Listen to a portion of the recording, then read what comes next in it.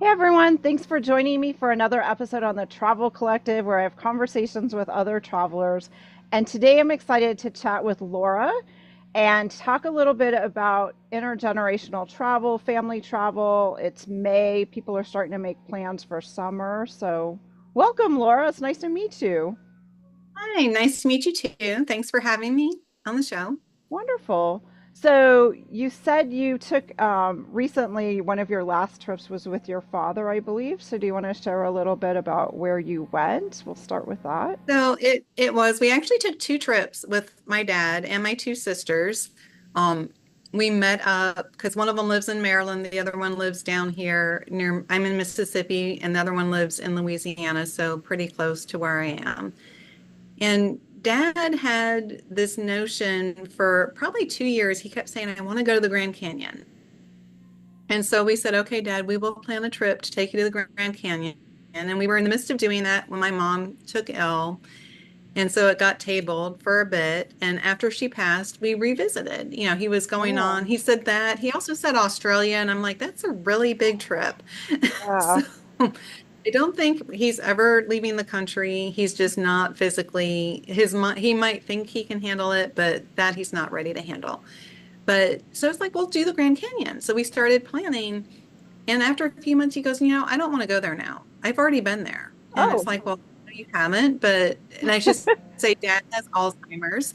So sometimes in his mind, things have happened or timelines are messed up, which makes it interesting.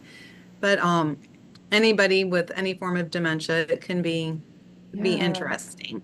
But he then said, well, I have never been to North or South Dakota. I want to go to North and South Dakota so that I can say I've been to all 50 states. And I don't know if that's even accurate, but that's okay. My one sister, both my sisters love to travel and plan. And so they're like, we can run with this. So we flew to Denver because there was a direct flight from New Orleans on Southwest Airlines. And my other sister from Maryland met us in Denver and then spent the night there, got had a rental car, drove up. It was about 5 hours to Oh, just really close to where Mount Rushmore is. yeah. I think that's Custer, Rapid I City. think it's Yeah. Custer City is the name of the town that we were going to stay at.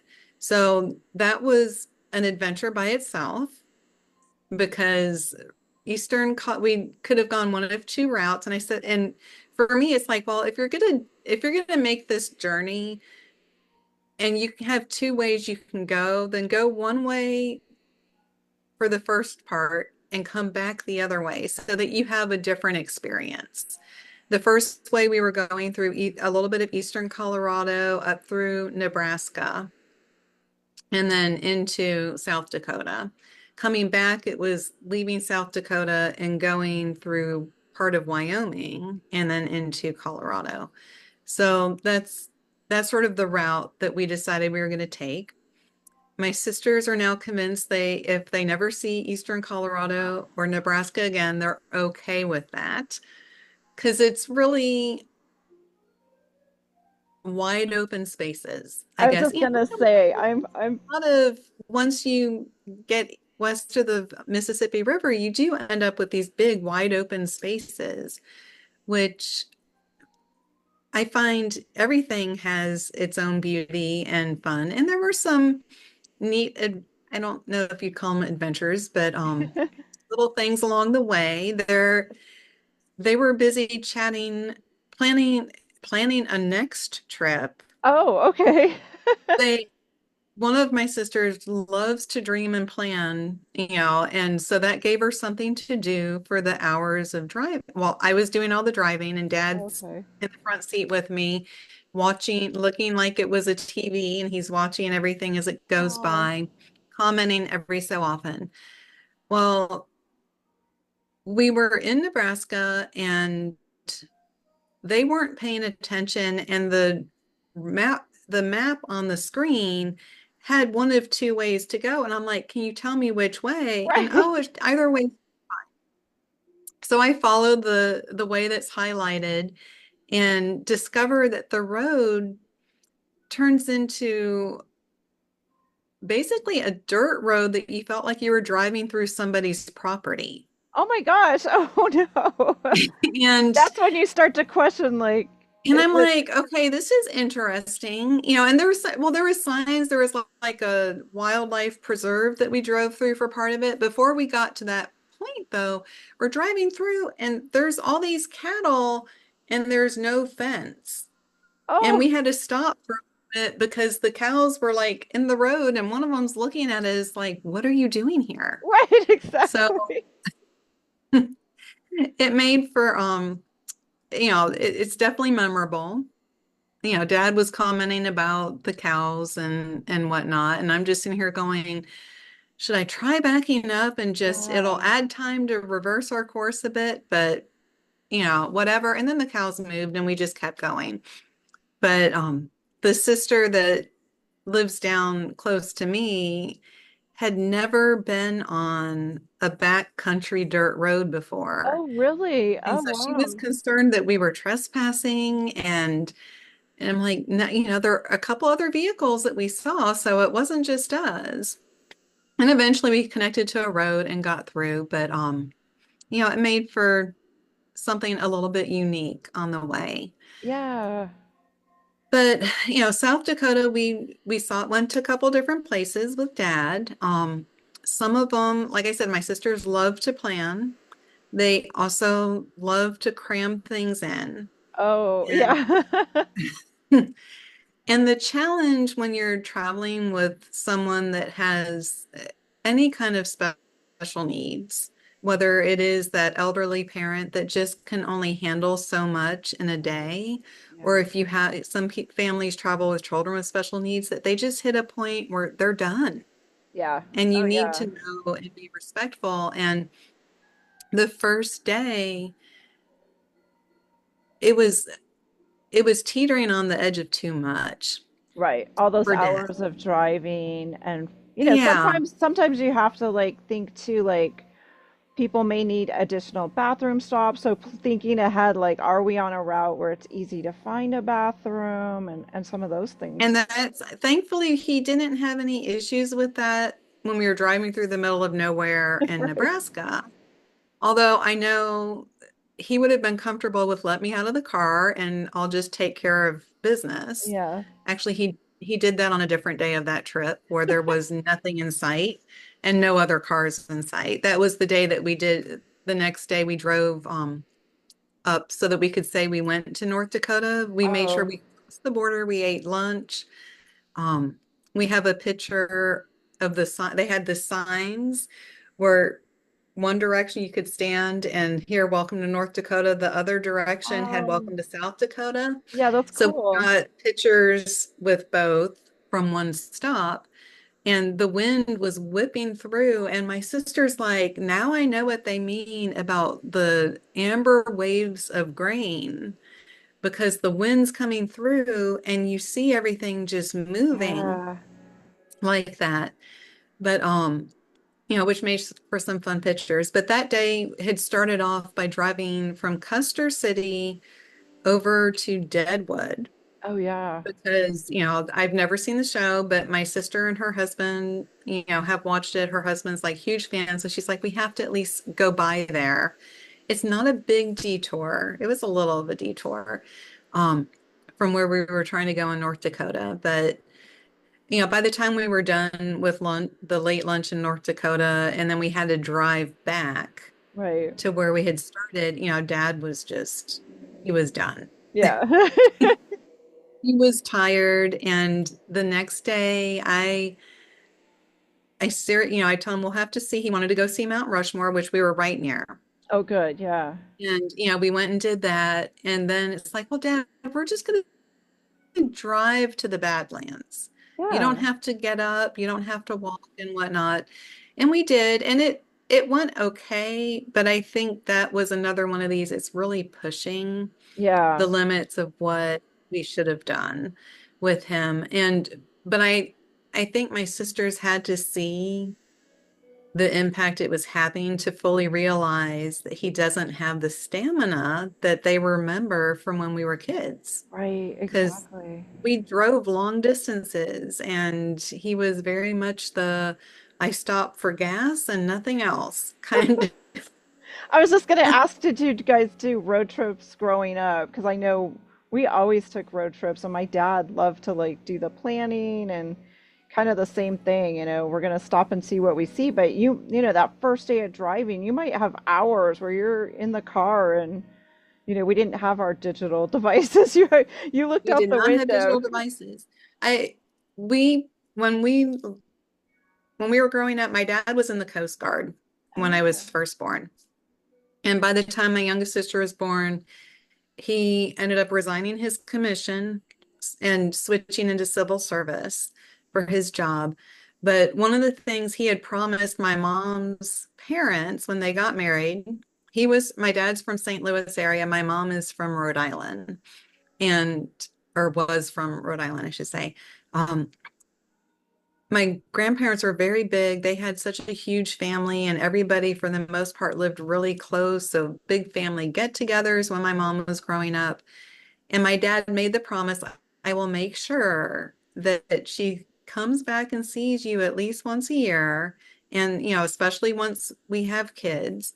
So most of our road trips were from wherever we were living to go back to Rhode Island and spend a pocket of time with my grandparents. A couple of times because once my dad resigned his commission, we had one stint for a few years in Seattle, and for that we flew oh because yeah, of Seattle course. to Rhode Island is just a really long, long drive. But once we got back down to the deep south, then it was okay, 3-day drive up to Rhode Island. We usually picked somewhere. He was very much when you're in the car, we drive, drive, drive, but he would pick somewhere along the way that we would stop and spend a day. Oh, So we nice. did Oh, Williamsburg good. a few times. There were a few other places, Gatlinburg and whatnot, depending which route they wanted to go. So we got to see something on either on the way up or on the way back from those trips. And there was one time though that we drove up, we spent a week in Rhode Island, and then we drove across and went out to St. Louis and spent a few days with his family before driving back home, which I think that was like 3 weeks. Yeah, I was gonna say that would Looking back, sound. I'm not sure how he finagled that much time off, but Well, no, that's good. I mean, so yeah. So a lot of road trips. So it's not that he wasn't used to the road trips, but I think once you get a little bit older, if you're not really listening, your body will start telling you pretty loudly when you're pushing it a little too much oh, for definitely. things. Yeah. And so for dad with that trip, looking back, I was his roommate because neither of my sisters wanted to be. Oh, okay. So so they roomed together and I got the fun that is rooming with dad. Um, that trip wasn't, there were a few issues. And I'll just say there's some things with that, and this goes into that Alzheimer's and dementia, that sometimes the cues that you have Right. aren't seen as easily. Um, which is why a lot of people, when they get a little bit older and into that progression, they start having where they need to be closer to a bathroom because they Yeah. might not recognize the cue until it's upon them. So, I mean, thankfully it wasn't like when we were out and about Yeah. and whatnot, but even with that, it's sometimes like, I just need this now. Right. Oh, yeah. And I mean, and in some ways, little kids are the same way. Oh, exactly. Yeah, little They're busy, kids they are. don't realize, and all of a sudden, I need it now.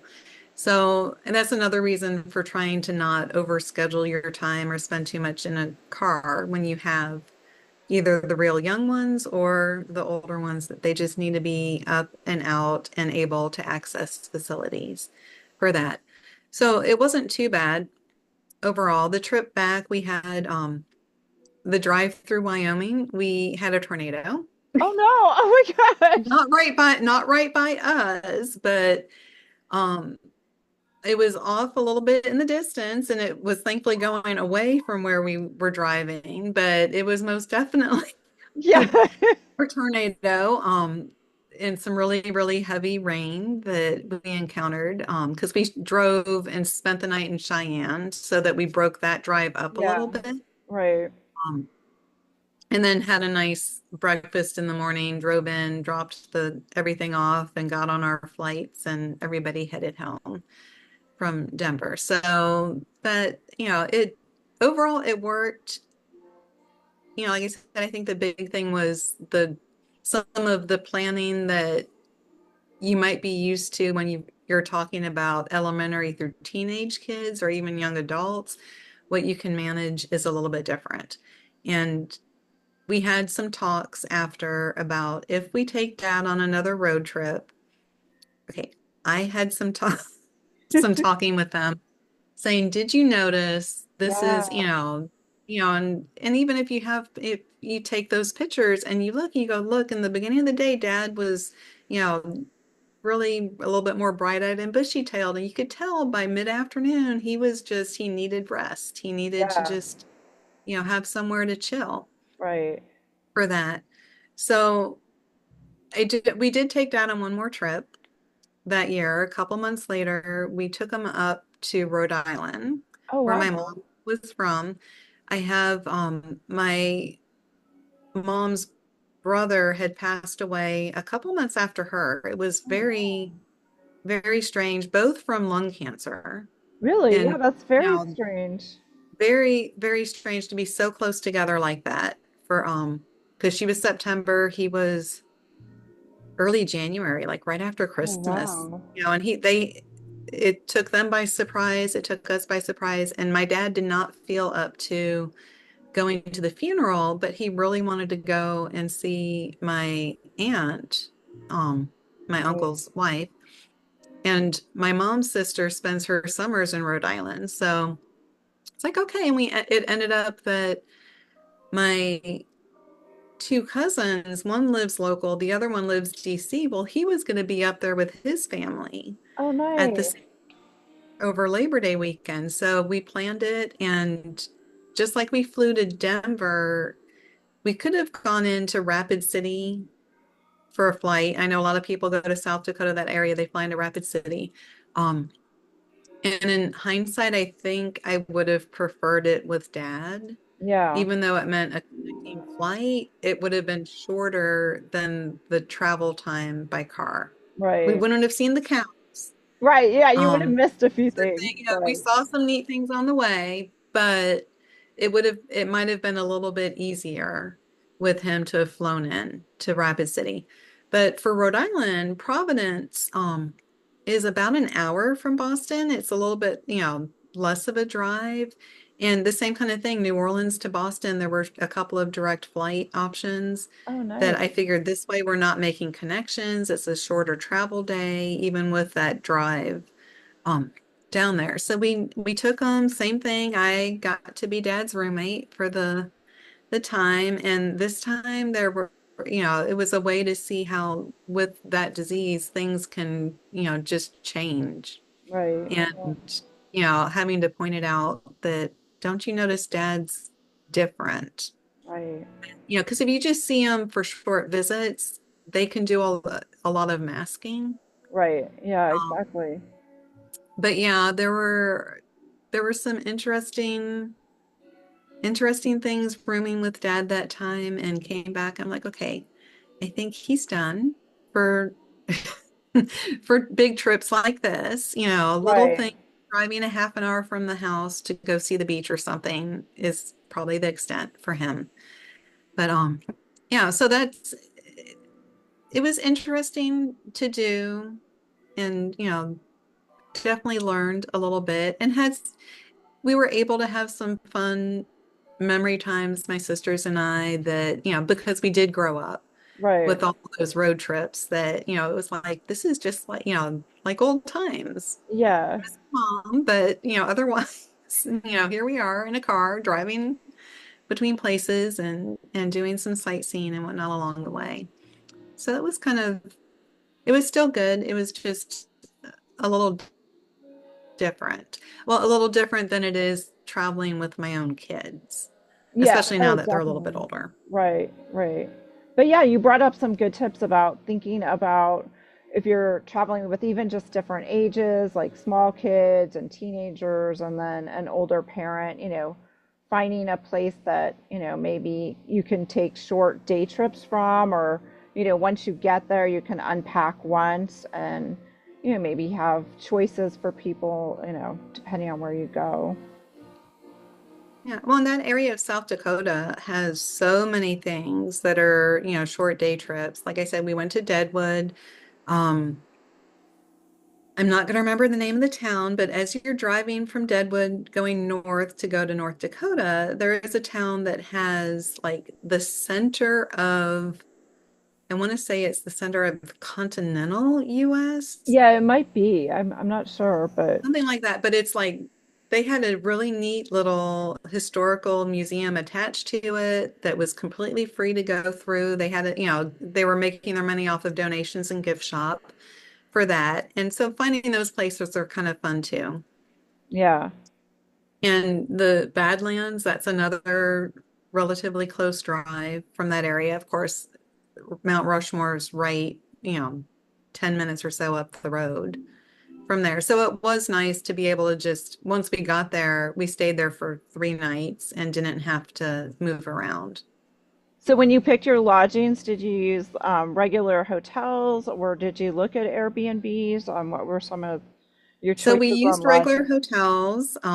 Both of my sisters like to play the points game. Oh, okay.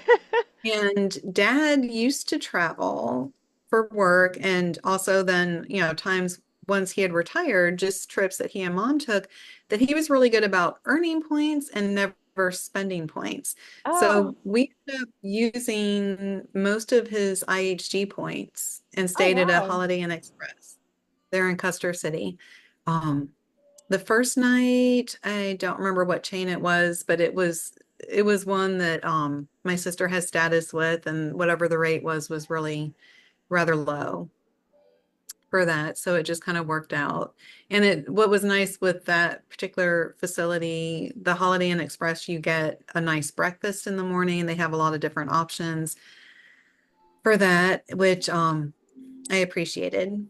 And I was surprised they even had gluten-free. I eat gluten-free for health Right. reasons, and they had gluten-free muffins available, Oh wow. which I found not every property is good about doing that, but that particular one, and we stayed at a Holiday Inn Express in Cheyenne, and that one did as well.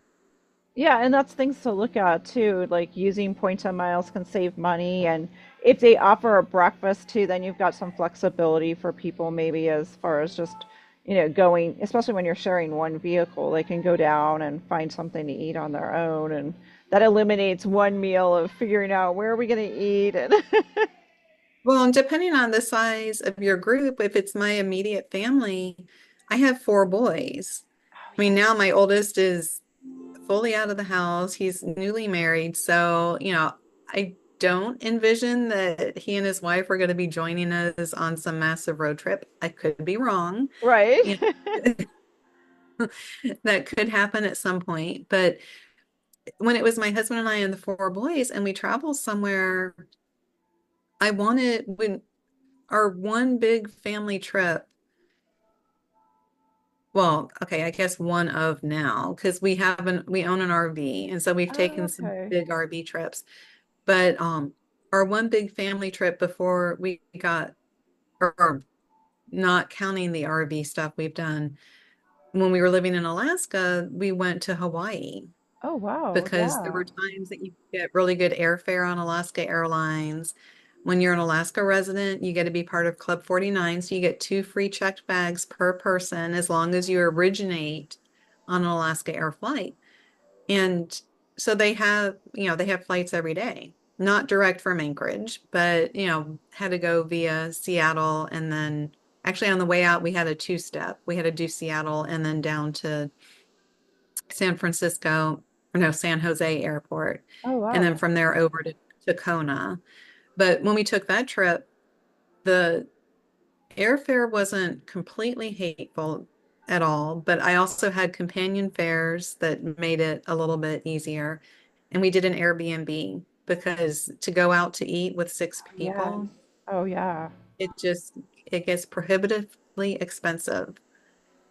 Well, and even now, recently, I mean, I'm seeing, we're all seeing an increase in just going out for a meal, even at places where you walk up to the counter and you don't have table service. I mean, the price of food has just really jumped. So, just It making has. those comparisons between what you might get at a, the corporate hotel, a Holiday Inn, or any of the other chains, like, do they offer breakfast, and kind of calculating that versus looking at all the fees of an Airbnb where you have a kitchen and can maybe just pick up some things at the local grocery store and make some meals there.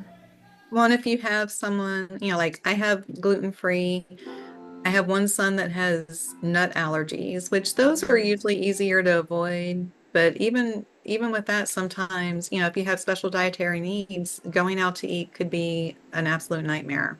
Yeah, exactly. What's safe? I drive them crazy when we go somewhere that, you know, I have to ask all the questions. And occasionally, as I learned our night we spent in Boston before we flew back down here with Dad, I asked all the questions, did everything I could to vet, and I still ended up getting gluten because the person that was working there didn't understand, and didn't realize, and what she thought was just rice was really a rice pilaf with orzo Right. pasta. Yeah, exactly. So, and it wasn't, everything was on top, so it wasn't visible when I took my first few bites, and by then it was too late. Oh no. Oh, that's terrible. Yeah. And there are So truly yeah, people that don't, honestly, even if you ask all the questions, they don't take the time or really understand. And, one kind of bun, bread, or something's, yeah, it's more than that. And so it can be a challenge, definitely. yeah. So for me, my personal preference for a lot of things would be to go on Airbnb. I don't, not that I don't mind I've gone to hotels for other things too, and that's fine. But there is something nice about having a kitchen area that you can bring Yeah. your own food in. Yeah, I agree. So do you have some other places that you might recommend for families thinking about summer travels? You mentioned Alaska, which I think there is a lot of great things to be said about visiting Alaska. There's tons to do in Alaska, but I guess the nice way to put it is Alaska is very spendy. That's a term that they use up there. It can be very spendy. And so I wanted to go back and visit friends. 2 years ago, I was all poised thinking, okay, I the place I work at a community college now, and we have the week of July 4th off. I'm going to plan in Yeah. advance. And then I looked at the ticket price, and even with the companion fare, I'm like, I just can't do this to take my youngest son up with me. But I'm like, okay, we're gonna start planning for another year or two and maybe just save up knowing that in the summertime, sometimes the ticket price can get up to Yeah. 1,300, $1,400 a person. And it's just a lot Yeah, for that. that is a lot. Or Yeah, I mean, I guess for summertime, it really kind of depends what people enjoy doing. I love going to national parks. My husband used to work for the Park Service. oh, nice. When we lived in the Denver area, he was working for the National Park Service. He got to go to way more parks than we did. But yeah, so those can be fun, although they're getting more crowded. There are a Yeah, lot they of are people getting. discovering, how great it is. I have a short, well, I don't know how short I would really say, but I have an article that kind of rounds up some of the lesser known national parks that just don't see the same numbers. And sometimes it's looking, saying, okay, we want to do this, but maybe Yellowstone isn't where we want to go.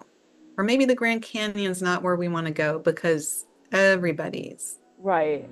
to those. So where can we go that's someplace a little bit different, a little bit more out of the way? And I would say too, like check the state parks. There's a lot of really nice state There are parks. some fantastic state parks. There's also national monuments and other, other places as well that you can do. Um, so yeah, the one thing I would say is probably not to come down. I live not too far from New Orleans, which I love a lot of things about New Orleans, but if you're not used to the heat with humidity, Right. then do not come here unless it's at least November, and don't come after April, maybe even not after February, because there's times that we get some pretty hot weather even into March. And for some people, they just find it a little bit rude. Unless you're coming from a very cold climate and want to experience your summer weather at that time. Yeah, that's true. And try to avoid if you have flexibility, try to avoid those holiday weekends in the summertime, or maybe look at, if you can travel depending on your work schedule or what your kids' activities are, some, midweek dates, making use of those to save some money. Right. And I'm sure the price of that Alaska ticket would have been a little bit less if it wasn't in the middle of July. Because, well, unfortunately for Alaska, anything from Memorial Day to Labor Day, that is their prime tourist season. And everybody's up there. Of course, there's some things that are only open during that Yeah. time frame because of the weather. So it's worth it at least once in your life if you can plan and save up and go and do that and have some experiences up there, then it's definitely a fun place for families or couples or even solo travel. Right. And take a look at, if you are looking at places to fly or go to in the summer, maybe cities that have a lot of activities and make that your base, find and making use of these lesser known airlines. I just saw a report that Spirit Airlines has gotten really good reviews as far as an airline. So, does Spirit fly out of your local airport, and maybe, for a family of four or six, flying on an inexpensive airline might be cheaper than a road trip and the price of gas. So you kind of just have to spend, do some research on it. Right. Well, and if you're going somewhere that has good public transit that you can get around, or not very many cities here are walkable, but some of them you can walk around to different destinations and not have to worry about renting a car if you're flying Yeah, in there. But also know if you're flying, you need to pack differently than if you're taking a road trip. that's true. Did you You're have, a little bit more limited. right, on your road trip, did you have issues with anyone overpacking or bringing things that you didn't need? Because I know sometimes that whole idea of like, oh, well, we've got a car, it's going to fit everything, and people tend to bring more than they really need. Yeah, they do. They do. So when we took Dad, that wasn't an issue because we were all flying there. Of course, Oh, we were all that's flying true. Southwest, so you could check two bags if you wanted, but we didn't because we didn't want to have to deal with that much stuff for that. But yeah, our when we've gone on RV trips as a family, we probably bring a little bit more than we absolutely need to, but we also have our hotel room on wheels. So everything, if it fits in there, it's fine. It's not a big deal That's for true. that. But yeah, it can definitely be easy to pack more than what you're actually going to use. Definitely. Well, this has been really insightful, Laura. Tell everyone what the name of your blog is, and, some of your areas that you help travelers with. Okay, so my main website, the one that I know you've seen, is Day by Day in Our World, and it's family lifestyle, travel being a component. I have homeschooled my boys, so homeschooling is a little bit of that as well. And I've definitely taken an experiential learning approach to things, and travel fits in that so well because you get to see other places, covering geography, history, cultures. There's so, depending where you're going, there's so much that you can weave into it. So I do have a bunch of Alaska stuff up there from when we lived up there for almost a decade.